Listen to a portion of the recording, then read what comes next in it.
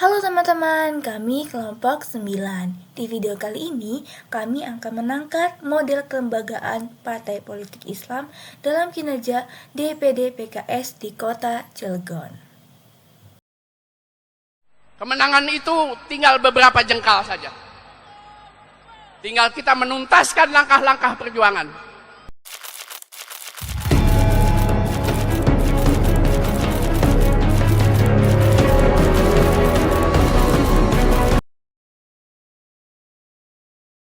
Iya, dulu tuh namanya PK, Partai Keadilan. Ya, tapi seiring berjalannya waktu kita ikut pemilu pertama ya di 2000 waktu itu ya, jadi berubah namanya PKS. Logonya itu sekarang berwarna kuning hitam. Nah, sekarang warnanya oranye menyala. Struktur organisasi PKS tidak berbeda dengan partai-partai lain, akan tetapi dalam pembentukan pengurusan organisasi di PKS didasarkan dengan musyawarah atau syuro dan tahapan kaderisasi. Jadi nggak bisa serta-merta langsung masuk PKS dia dapat posisi yang strategis, tidak bisa, harus mengikuti jenjang kaderisasi yang sudah ada atau di ADART PKS itu sendiri. Jadi kayak gitu contoh misalnya. Jadi kita misalkan Dania baru mau masuk PKS tapi pengen jadi sekretaris, nggak bisa. Jadi dia harus mengikuti kepengurusan dulu, alur jenjang kaderisasinya. Ada jenjang kita namanya unit pembentukan anggota. Jadi harus masuk dulu jadi anggota pemula. Nah nanti kita kadernya, gitu kan. Setelah itu dan pengkaderannya itu tiap minggu, tiap pekan diupah itu. Tahun selalu suaranya meningkat untuk tiap pemilu 5 tahun sekali gitu kan ya. Dan kader-kadernya ini menyebar, bahkan simpatisannya menyebar ke seluruh 8 kecamatan di Kota Cilegon. Gitu. Tiap kecamatan itu alhamdulillah kita ada perwakilannya, dewannya. Jadi pemilu 2024 yang lalu itu kita juara kelima gitu. Dan memang alhamdulillah kita ada perwakilan perempuannya gitu saya gitu kan.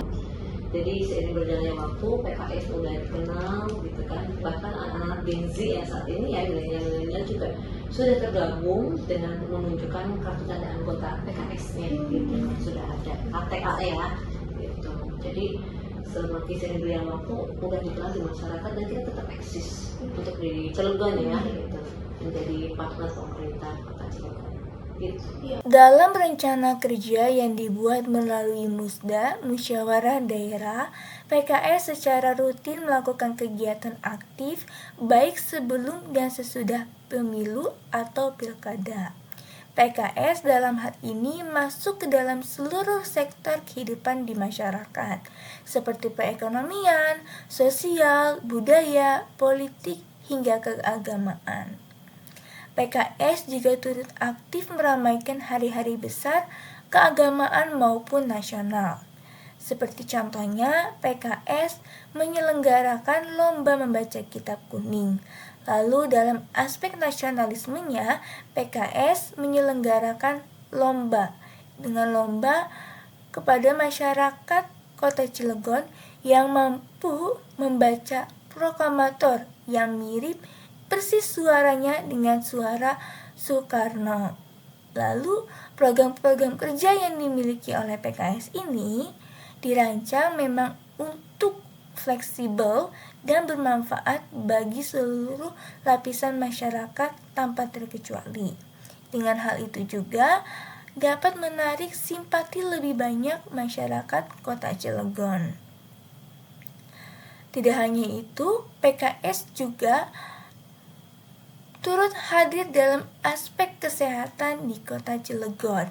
Salah satunya, PKS membuka sunatan massal yang gratis setiap hari Jumat di klinik anggrek yang dimiliki oleh salah satu kader dari PKS, yaitu Sinta.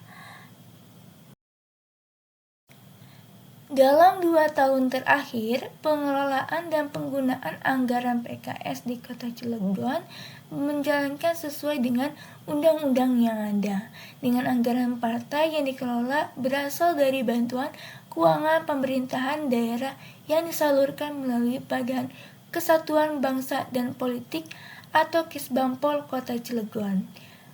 Anggaran-anggaran tersebut dipergunakan dengan semestinya sesuai dengan peraturan yang ada. Yang dipergunakan tersebut secara bertanggung jawab dan semestinya, yaitu dipergunakan untuk kegiatan partai seperti kegiatan kaderisasi, pendidikan politik, serta kegiatan operasional internal Partai Keadilan Sejahtera. Dengan penggunaan anggaran dalam 2 tahun terakhir, Partai PKS di Kota Cilegon tidak ditemukan adanya indikasi penyelewengan atau penggunaan dana yang tidak sesuai dengan peraturan. Anggaran juga tidak dipergunakan untuk kepentingan pribadi para anggota partai atau kegiatan non-partisipan yang tidak relevan dan fungsi partai. PKS juga secara rutin melakukan pengelolaan anggaran sebagai bentuk transparansi dan akuntabilitas.